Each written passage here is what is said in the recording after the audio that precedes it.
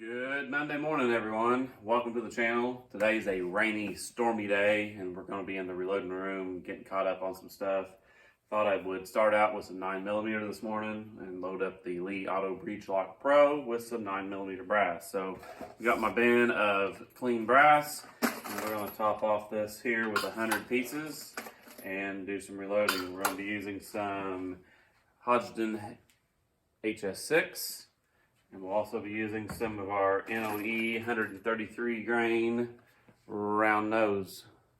So we'll get this topped off and we'll load some 9mm. All right, we got our case feeder filled up with 100 pieces of brass. I know there's a way you're just supposed to dump it in there and shake it and they all go down, and it's pretty accurate, but a couple cases always get upside down and I do not like that at all. So I feed them one at a time, make sure I get all 100 straight. I actually put one in upside down and got it fixed before it became a problem.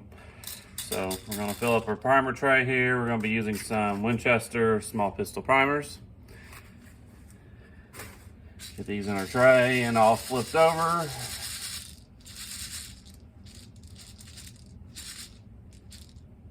There we go. Everything looks good.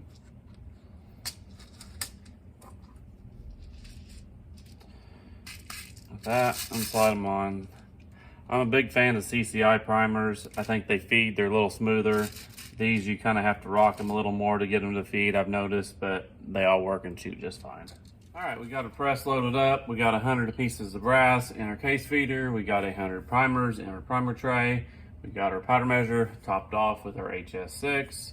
Our dies are all adjusted on our spline lock bushings, so easy for quick change. We have our number 19 shell plate in there. Collection bin's ready to go, so let's turn our first tube and get started.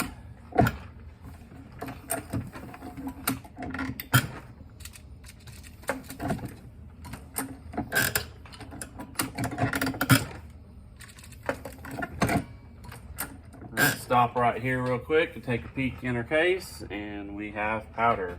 This powder measures very good. It throws very good. The auto disc. The HS6, it really likes it really well. So we're going to place our first bullet, and every crank of the handle now we will be spitting out a round. I've done a few other videos on this press in the past, and this will just be another one, just what we're doing today in the rainy day, kind of get caught up on some reloading. So let's see how fast we can knock out these rounds.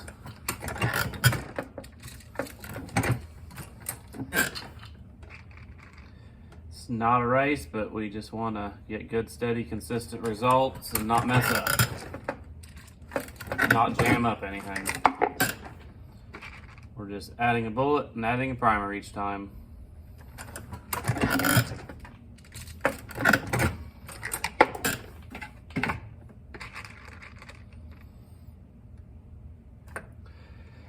There's what a completed cartridge looks like.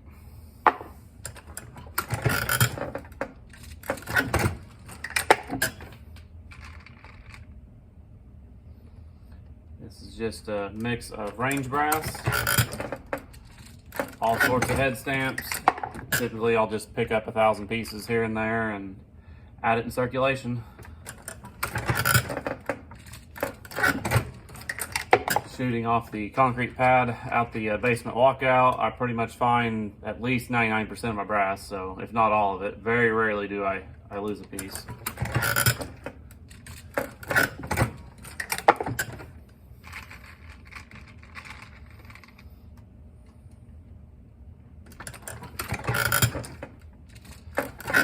Powder coat on these bullets is the Eastwood Ford Light Blue. I'm a big fan of blue, and this stuff coats amazingly well and does a really good job.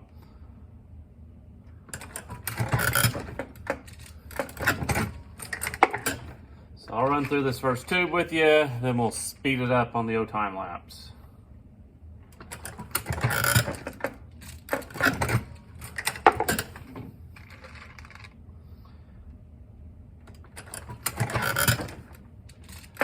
Also in the middle of loading some 300 blackout, and we may do that when we get them with this. I had 100 pieces of brass that I recently got all prepped and ready, and I got 50 of them loaded Saturday before I had to leave, so we got 50 more to load, so we'll probably do that after this.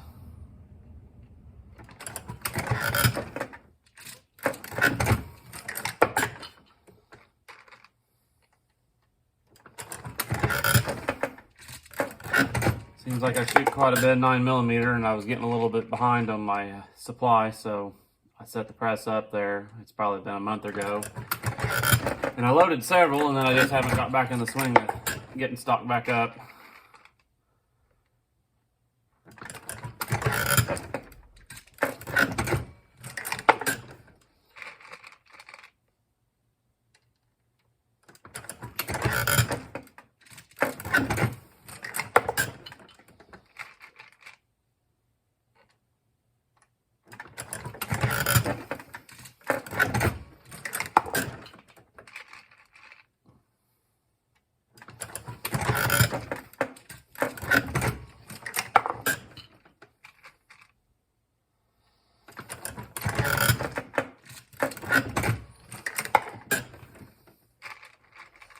Couple more and we'll have the first 25 done.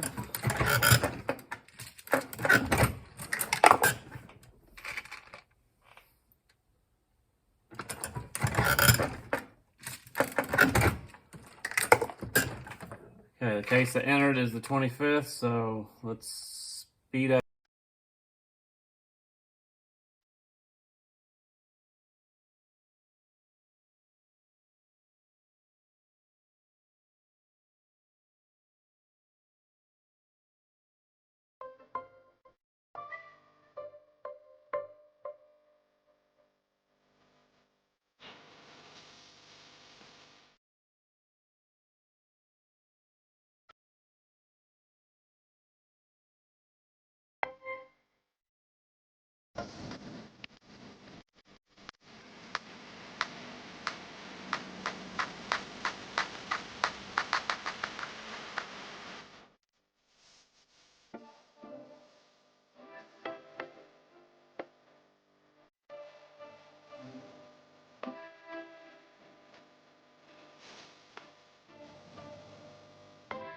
Okay, so got 100 rounds of 9. I had one little case feed failure there at the end and got one case crushed there, so I had to swap it out. But other than that, everything went pretty smooth.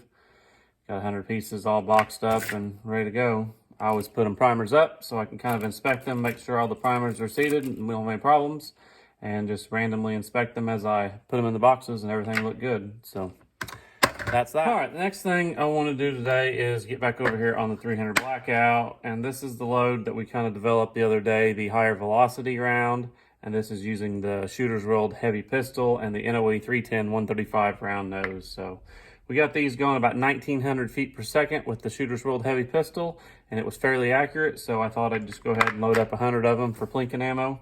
We are just throwing this out of our Lee Perfect powder measure and just checking the case each time and no trickling.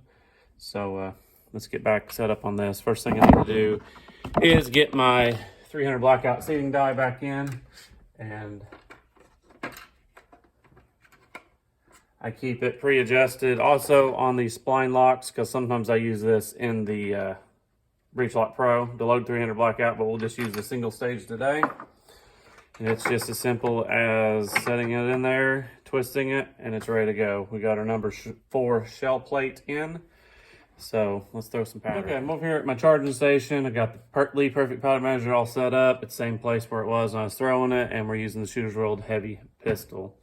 Got our little Amazon scale set up. This powder does leak in this powder measure. It just ever so slightly trickles out the side, so I keep a paper plate kind of around the bottom to collect it so we don't lose it.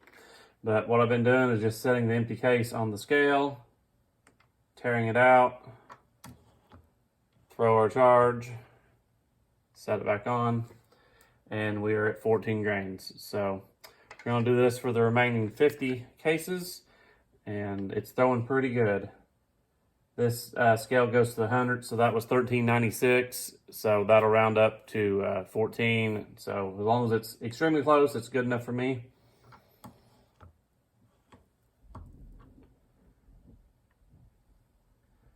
And that is 1402. So we are right there.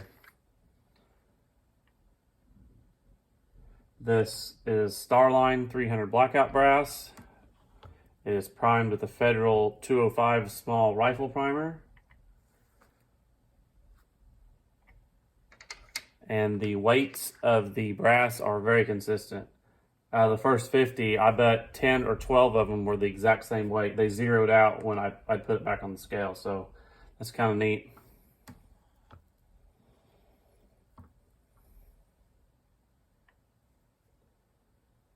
$14 on the money. So this goes pretty fast because you don't have to trickle your powder. You can just throw it and go.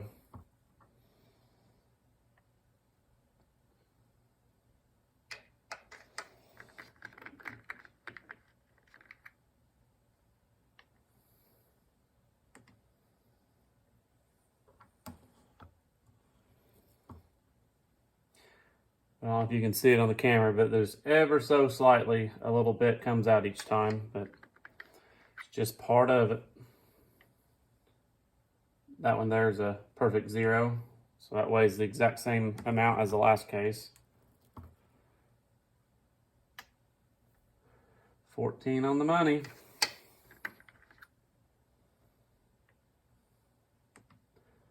So I won't bore you with this step. I'll get all these charges thrown, then we'll jump over to the press and seat some bullets. Okay, we got our 50 pieces of brass charge. I'll go ahead and seat a couple here, make sure everything's all right, but our die has already been set up, so it's just as simple as seating our bullets. So I usually sit here and watch some YouTube videos as I do it, but I'll seat a few here with you guys on camera. Seat it halfway, spin it, seat it the rest of the way, and there's what we got. So these rounds are just plinking rounds. We use these out on the range just to have fun with. They'll be plenty accurate out to 100 yards. We can shoot our little swinger targets at 100 and try to, go big to little, little to big with 10 rounds. And we do little contests like that. And if we have a guest over, this is a good round for them to shoot. It's a lot of fun. It's a cheap round to shoot too.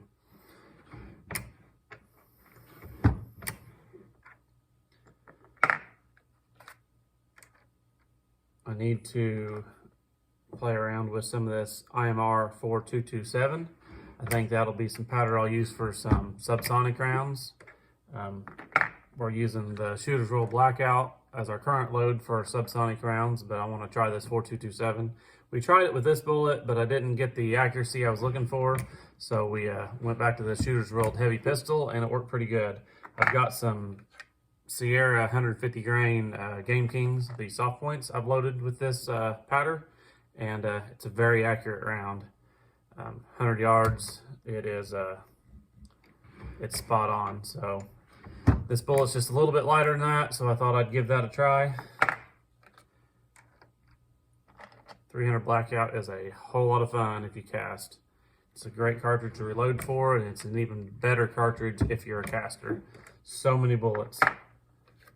You can literally shoot bullets from about 100 grains all the way up to subsonic, like your 230 and 240 grain bullets. So anywhere from 900 feet per second to over 2,000 feet per second. So pretty versatile. Don't take a whole lot of powder. Components are prettily available. You can usually always find 300 Blackout brass, and if not, you can make it. I bought this off of Starline, right off their website. It's been a little while back, not too long ago, but it was back ordered and it actually shipped that week, so I was pretty happy. I got 250 pieces of it, and then I've got some random old stuff that I just kind of semi-retired. I still have it, it's still good, but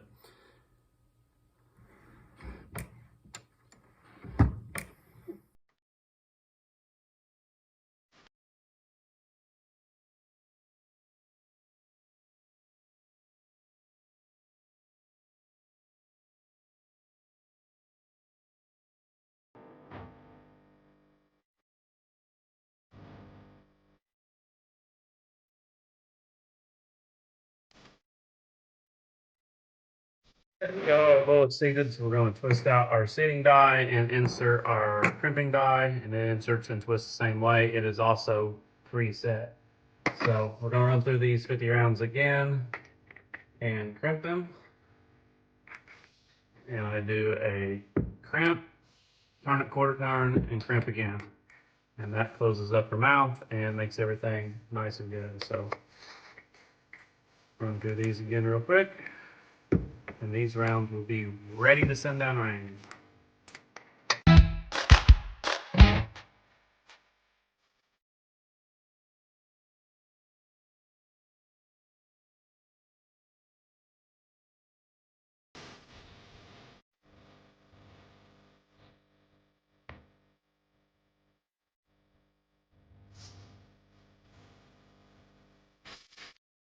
All right, we got our 300 blackout loaded, and I thought I'd do one more thing before I let you go, and I'd show off this Gordon's reloading tool. This is a free software you can download on your computer, and it's very similar to Quick Load. And what it's going to do is we're going to put in all our parameters, our variables of a load, and it's going to give us pressure, velocity, energy.